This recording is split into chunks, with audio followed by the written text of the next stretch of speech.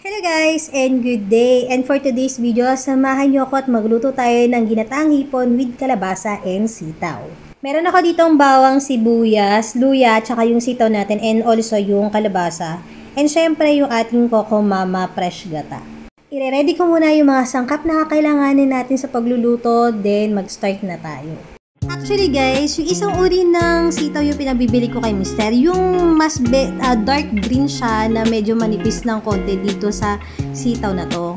Kaso hindi ko mawari kung anong pangalan. Ano ba tawag doon? Hindi ko alam kung anong tawag sa kanya. So si Mister, kung saan na lang siya pamilyar na sitaw, yun yung binili niya. And syempre, pinautos ko lang to, magre-reklamo pa ba tayo? Pwede rin naman to ipangsawag dito sa ating ginataang hipon with kalabasa and sitaw. Well, anyways, tapos na pala mag-prepare, let's start cooking. Ito nga pala sa ating cooking pot, once na mainit na siya, lalagyan na natin ng mantika. Maglalagay din tayo dito ng bawang, then igisa lang natin to. Pag nag-golden brown na siya, ilalagay na natin yung ating sibuyas. And once maputla na yung sibuyas, ilalagay na natin syempre yung luya. Di ba maputla? Then, igisa lang natin yung luya ng bahagya bago natin ilagay yung ating shrimp. Yung shrimp natin guys, hindi natin siya i-overcook. Hihintayin lang natin maging mapula yung kulay niya. Then, hahanguin natin siya. Isa-set aside muna natin to. Then, iluluto naman natin yung mga gulay.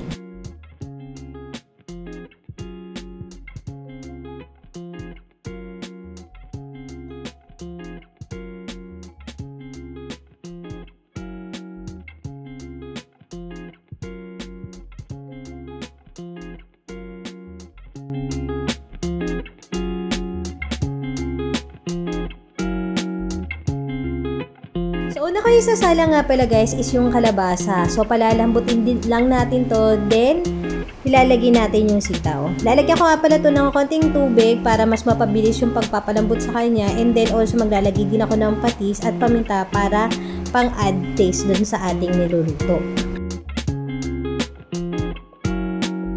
And once malambot na yung ating kalabasa guys, isusunod na natin ilagay yung ating sitaw. Hindi ko lang masyadong i-overcook itong ating kalabasa kasi gusto ko kahit papano may chunks pa rin tayo ng kalabasa na makakain dito sa ating ginataang hipon. Hihintayin ko nga lang din pala munang lumambot yung ating sitaw bago ko siya lagyan ng gata. From time to time din nga pala guys, nag-a-add ako ng patis and then paminta. So, depende po sa inyong panglasa yun ha. Tansyahin nyo lang po kasi baka masobrahan kayo ng alat. Mas okay nang matabang kaysa sumobra. Mahirap na mag-adjust, baka ma-overcook lahat ng niluluto nyo. Pinapailalim ko nga pala guys yung sitaw para siya naman yung lumambot. Kasi ayoko rin ma-overcook yung ating kalabasa. Then nag-add lang din ako ng water para tulungan yung ating sitaw na lumambot agad. Sa gata nga pala guys, pwede kayong gumamit ng mga nabibili sa palengke. Tapos, pwede nyo rin gamitin yung second piga ng gata para pampakulo dito sa inyong gulay. Pero kasi sa amin, Coco Mama fresh gata lang yung gamit ko. And mahilig po kami sa gata kaso yung mga tiyan namin is hindi mahilig sa gata. Kaya hinay-hinay din ako sa gata. Kaya pag once nagluluto ako na may gata, talagang ino-overcook ko or talagang kulong-kulo talaga dapat yung gata para syempre hindi ka tatabay sa CR.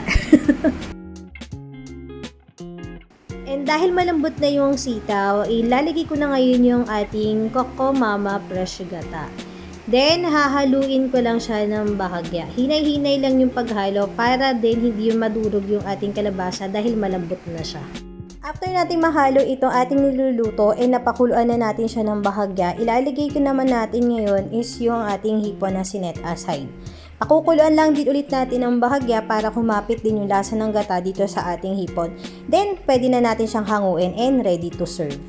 So, hanggang dito na lang guys. Kung nagustuhan niyo po itong aking video, please don't forget to like, share, and subscribe. Good day and God bless po sa inyong lahat. Bye!